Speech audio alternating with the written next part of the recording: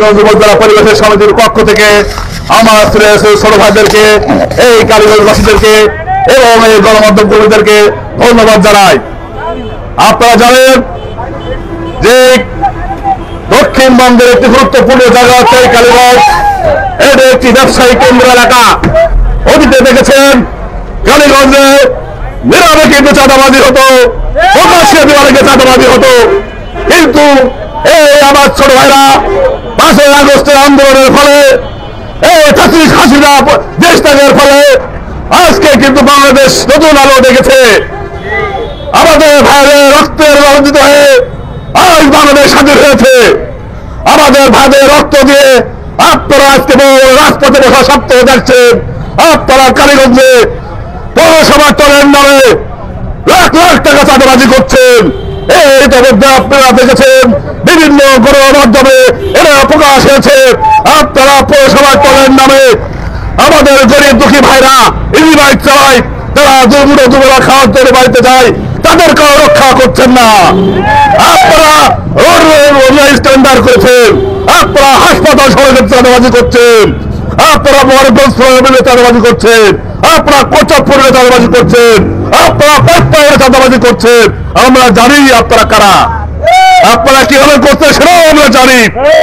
আপনারা পৌরসভা থেকে পৌরসভার নাম ভাঙিয়ে লাল সবুজ হলুদ বিভিন্ন ব্র্যান্ডের কালারের স্লিপ বানিয়েছেন, বানিয়ে আমাদের অসহায় ব্যবসায়ীদের কাছ থেকে, আমাদের গরিব দুঃখী ভাইদের কাছ থেকে, আমাদের যারা ফুটপাতে খেতে খায়, ফুটপাতে যারা দোকানদারি করে সেই ভাইদের কাছ থেকেও আপনারা টাকা নিচ্ছেন।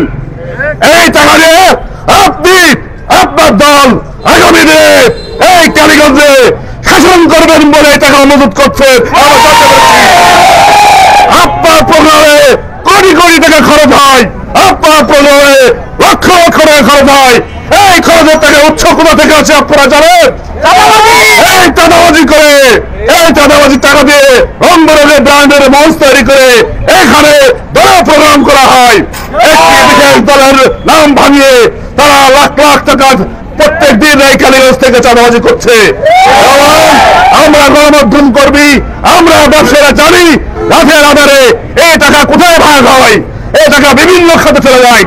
তাই আমি প্রশাসন বলতে চাই, আপনারা এইগুলো বন্ধ করেন, তা না হলে এই কালীগঞ্জ পৌরবাসী এই বৈষম্য ছাত্র আন্দোলন ভাইদেরকে সাথে নিয়ে আমরা ব্যবসায়ীরা রাজপথে নামতে বাধ্য হবো। প্রয়োজন হলে একটা জোর আন্দোলন হতে হবে ইনশাল্লাহ। আরেকটা কথা আপনাদেরকে হুঁশিয়ারি দিতে চাই, ওখানে চাঁদাবাজি করা হয়, আমরা যারা প্রশাসনকে বলি ওরে বলে দেখছি, ওই দেখছি তো দেখছি, এখনো শেষ হচ্ছে না। ওর আপনিও ওর সাথে জড়িত, আপনার মাধ্যম দিয়ে রাতের আধারে ওপরে টেন্ডার হয়ে বিরাট স্লিপে নাম মাত্র কাগজ দিয়ে বেনামি কাগজ দিয়ে আপনি টেন্ডার করিয়ে লাখ লাখ টাকা আপনি হাতিয়ে নিতেন কালীগঞ্জ থেকে। কিন্তু আপনি পালাবেন, আপনি আমাদের ছেড়ে চলে যাবেন, কিন্তু আমাদের যাওয়ার উপায় নেই। কারণ আমরা কালীগঞ্জের সন্তান, আমরা কালীগঞ্জের মানুষ, আমাদের বসবাস করতে হবে, আমাদের এখানে থাকতে হবে। আজকে দেখছেন এখানে যারা দাঁড়িয়েছেন আমাদের ছোট ভাইরা, এরা কিন্তু সত্য তথ্যে কাজ করছে ভাই। আজকে কিন্তু আমি শিবুজামান সাংবাদিক একজন ব্যবসায়ী কিন্তু রাজপথে নেমে এসেছি। আমাদের কোনো দল নেই, আমরা কালীগঞ্জবাসী, আমরা পৌরবাসী, আমরা তীব্র প্রতিবাদ করতে। সবাইকে ধন্যবাদ জানিয়ে আমি আমার বক্তব্য এখানে শেষ করছি। ধন্যবাদ সবাইকে, দেখা হবে রাজপথে, কথা হবে রাজপথে। ধন্যবাদ সবাইকে। বৈষম্য ছাত্র আন্দোলন, ছাত্ররা জিন্দাবাদ, সবাইকে ধন্যবাদ।